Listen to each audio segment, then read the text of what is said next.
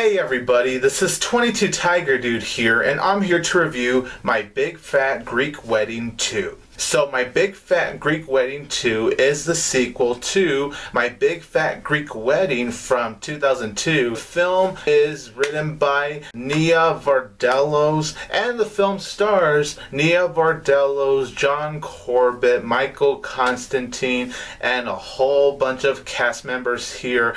Oh yeah, and Tom Hanks produces these movies. So My Big Fat Greek Wedding 2 is about when Tula finds out that her parents, Gus and Maria, have never been married. Now it's up to them to have a wedding so Gus and Maria can officially be married. But while Tula has that to worry about, she also has to try to get over her daughter growing up because her daughter is getting ready to graduate high school and going on to college. And I'm going to be honest with you guys, I actually really enjoyed the original My Big Fat Greek Wedding from 2002. In fact, I actually saw both the original and the sequel in one day.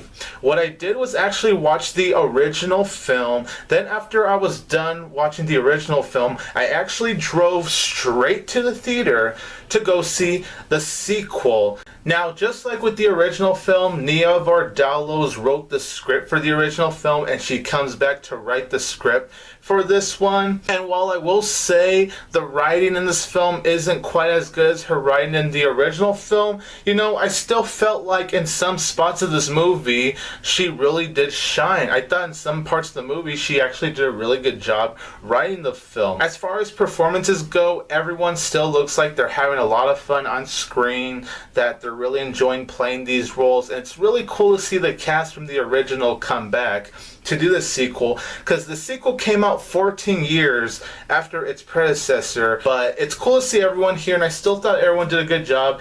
Nia Vardalos still does a pretty good job. Some scenes she's kind of okay in, but I see for the most part she does a nice job in this film.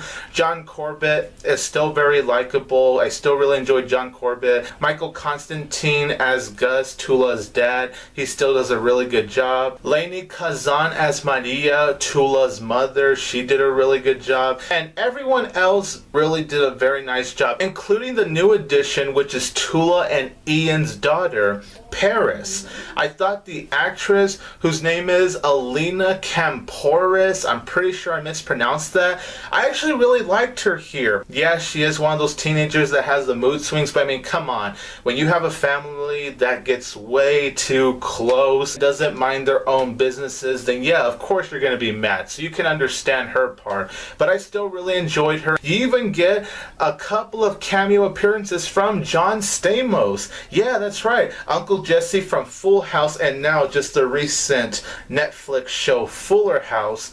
He's actually in this movie just for a couple of brief scenes. It's still really cool to see him though, and when I saw him pop up, I'm more like, Uncle Jesse! Oh yeah, because you know, I'm such a huge fan of Full House, and if you guys have seen my review for Fuller House, you know I like that one.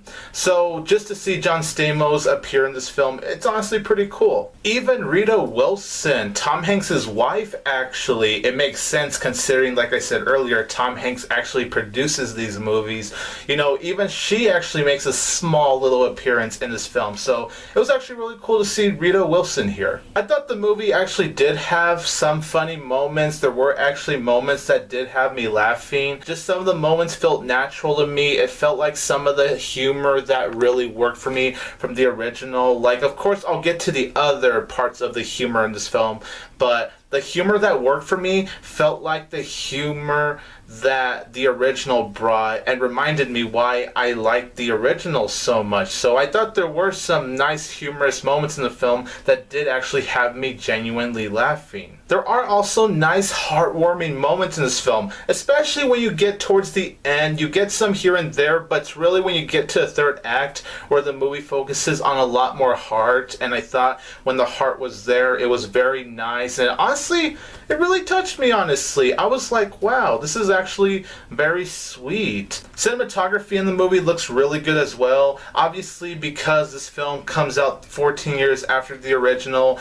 obviously the cinematography is going to look a little more modernized, but it still looks really good. The movie is well directed. I forgot who directed the original film, but we have a different director, and the director's name is Kirk Jones, and I thought Kirk Jones did a very good job directing the film. I didn't really have a problem in terms of how it was directed. I thought it was very directed at a smooth level, and the film has a very good message. Like, I would say specifically for the parents, the film had a very good message of the parents having to learn to let go of their child, letting their child spread their wings and exploring the world, because you don't just want to keep them inside that cage forever. You want them to spread their wings and they want to explore more. It was actually very nice, and I think parents can really appreciate that message, honestly. Obviously, I'm not a parent, but it's like, even if I'm not a parent, it's something I still found very meaningful. And also the message about how family is always going to be by your side. It doesn't matter how close you are. It doesn't matter how far away you are. Family is always going to be by your side no matter what, and I thought that was very nice of the movie. But as far as humor goes, like I said, there were moments in this film where the humor worked for me, but other times in this film, the humor really fell flat. They were really forcing down the humor at times, honestly, in my opinion, and I would just sit there just kind of cringing because the humor just wasn't exactly working for me. Also, speaking of just saying they're kind of awkward, the execution in some spots of this movie really could have been executed better. And it could be either how a certain joke is executed or just how a scene is executed in general. Like, this movie just has some awkward sex jokes. Anytime this movie tries to have a sex joke, it honestly feels very, very forced. And I would watch this movie going, does it really need to be there? Yeah, granted, the original had that, but I felt like this one just kind of took the sex jokes into the next level, and it just felt pretty awkward from there, honestly. Also, I will say at times I did feel like the characters, instead of feeling like their natural silly selves like in the original film, they did come off as very cartoony at times. There were some scenes in the movie where I did feel like the characters were too over the top, too cartoony, and they didn't really feel like themselves. Like, they have to exaggerate in some moments of the movie. As I said with Nia Vardalos, whereas I thought she did a really good job in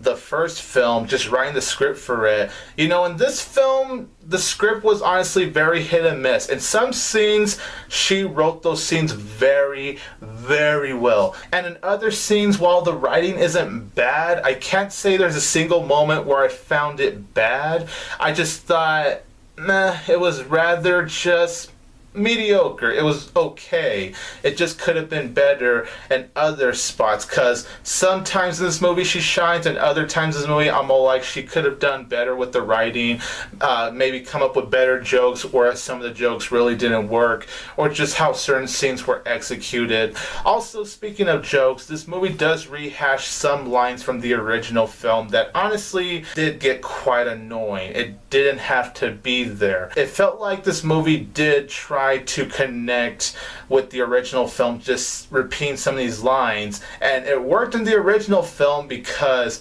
it's a matter of how they executed it in the original film that made it funny.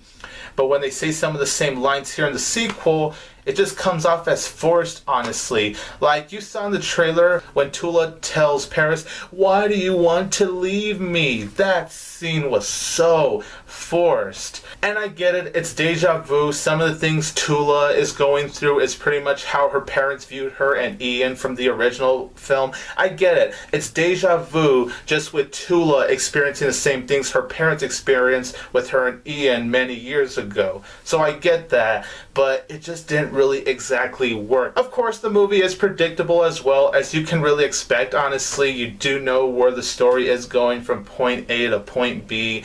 You just know where the whole thing is gonna go. Overall, you guys, My Big Fat Greek Wedding 2 is just a cute movie. It's a cute, harmless movie. It's not anything offensive. In my opinion, it's not an offensive movie. It doesn't quite have the same magic as the original does, in my opinion, and overall it's not really a film I see myself really watching again. I can see myself watching it again if it's like somehow playing on TV and there's nothing else to watch on TV, or if like a family member is playing it. I can sit down and watch it again. Not a sequel I'm gonna get mad that was made, because that's not the case. I just do think, while a cute movie, it was unnecessary, and I'm going to give My Big Fat Greek Wedding 2.5 out of 4 stars.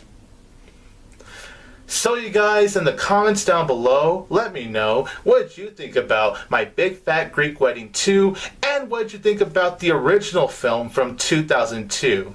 This is 22 Tiger Dude here, and don't forget that I will always have Tiger Power!